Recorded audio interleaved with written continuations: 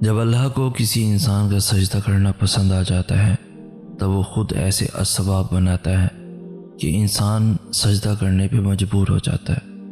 اور اگر اس چیز کا خیال اللہ آپ کے دل سے نہیں نکال رہا جسے آپ بھولنا چاہتے ہیں تو سمجھیں کہ وہ آپ سے اس خیال کے ذریعے رابطہ بحال رکھنا چاہتا ہے، یعنی اسے آپ کی آواز بھا گئی ہے، آپ کے مانگنے کی طرف پیاری لگی ہے، اور جس سے وہ خود رابطہ رکھنا چاہے اس کے مقدر کی تو کیا ہی بات ہے۔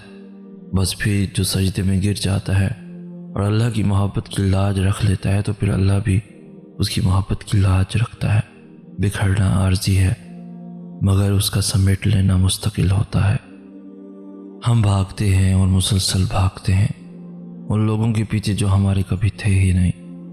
ہم اس تلاش میں اتنی دور نکل جاتے ہیں، ایک لمبا سفر طے کرنے کے بعد بھی بالآخر وہ ہم سے بہت آگے نکل جاتے ہیں۔ پھر ہم سمجھتے ہیں کہ شاید ہماری دعائیں سنی نہیں جاتی، پھر تھک ہار کر ہم بھاگنا چھوڑ دیتے ہیں، زندگی کی دور میں حصہ لینا چھوڑ دیتے ہیں۔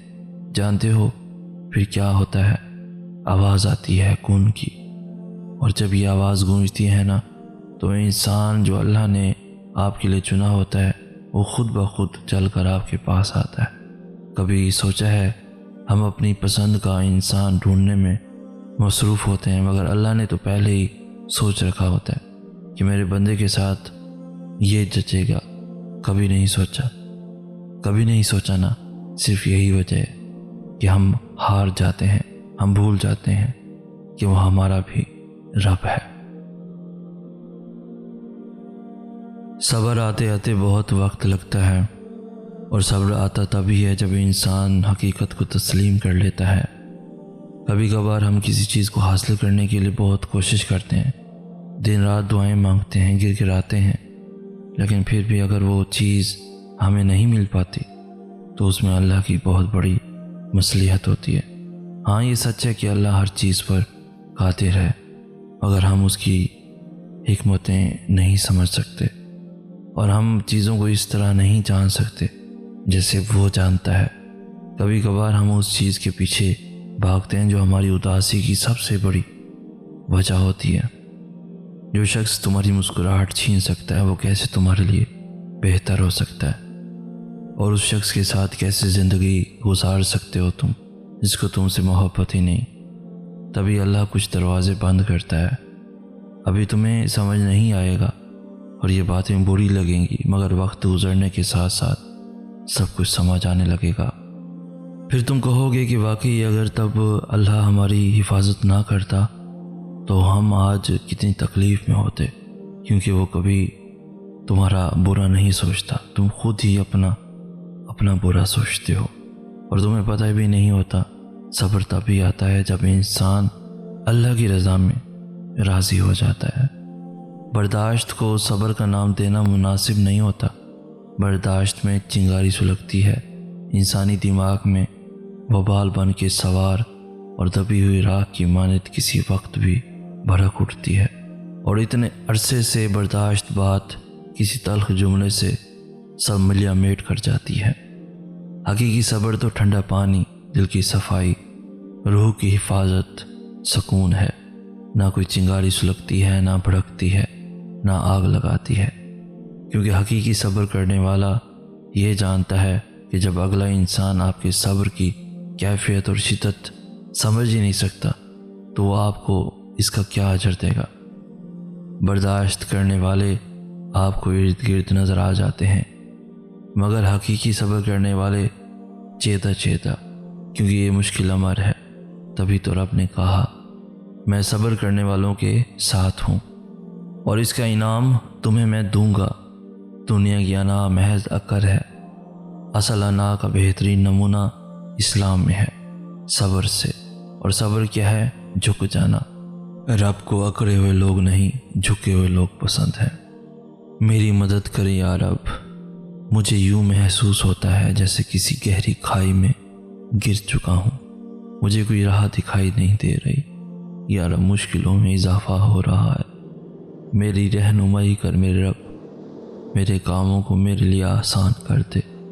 میں جانتا ہوں اس اندھیرے میں تو میرے ساتھ ہے، تو نے مجھے تنہا نہیں کیا، تو ہی تو ہے جو میری دعائیں قبول کرتا ہے۔ میرا کامل یقین ہے کہ تو کوئی راہ نکال دے گا۔ تو میری عزیزوں سے واقف ہے، اپنے بندوں کے کیے ظلم سے واقف ہے، میری سسکیوں سے بس تو ہی واقف ہے۔ میں تجھ سے نا امید نہیں ہوں یا رب، بس تو میری مدد کر دے، مجھ پر رحم کر دے، میں تھک رہا ہوں، میری مدد کر یا رب، میری مدد کر یا رب۔ موسیٰ علیہ السلام کو جب حکم ملا کہ وقت کے فرعون کو سیدھے راستے کی طرف بلایا جائے تو ساتھ ہی ایک بڑی تاکید کی گئی کہ نرم طریقے سے بات کرنا۔ وہ تمہاری روتی ہوئی آنکھوں کو یوں ٹھنڈا کر دے گا جیسے اس نے یعقوب کی آنکھوں کو ٹھنڈا کر دیا تھا۔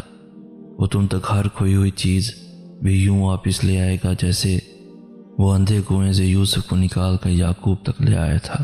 کیا ہو سکتا ہے اور کیا نہیں، یہ سوچنا تمہارا کام نہیں، تمہارا کام بس دعا کرنا ہے اور اس پہ یقین رکھنا ہے۔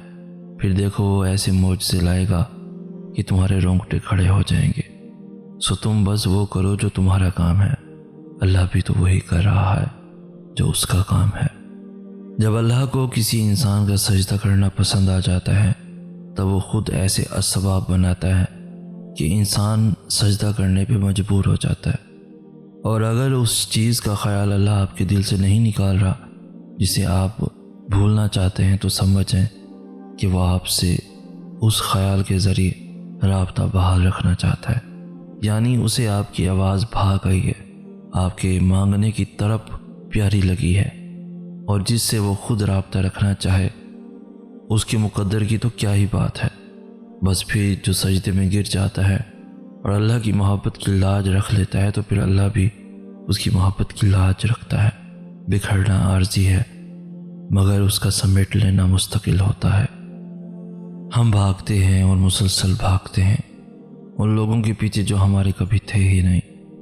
ہم اس تلاش میں اتنی دور نکل جاتے ہیں، ایک لمبا سفر طے کرنے کے بعد بھی بالآخر وہ ہم سے بہت آگے نکل جاتے ہیں۔ پھر ہم سمجھتے ہیں کہ شاید ہماری دعائیں سنی نہیں جاتی، پھر تھک ہار کر ہم بھاگنا چھوڑ دیتے ہیں، زندگی کی دور میں حصہ لینا چھوڑ دیتے ہیں۔ جانتے ہو پھر کیا ہوتا ہے؟ آواز آتی ہے کون کی، اور جب یہ آواز گونجتی ہے نا تو انسان جو اللہ نے آپ کے لیے چنا ہوتا ہے وہ خود بخود چل کر آپ کے پاس آتا ہے۔ کبھی سوچا ہے ہم اپنی پسند کا انسان ڈھونڈنے میں مصروف ہوتے ہیں مگر اللہ نے تو پہلے ہی سوچ رکھا ہوتا ہے کہ میرے بندے کے ساتھ یہ جچے گا۔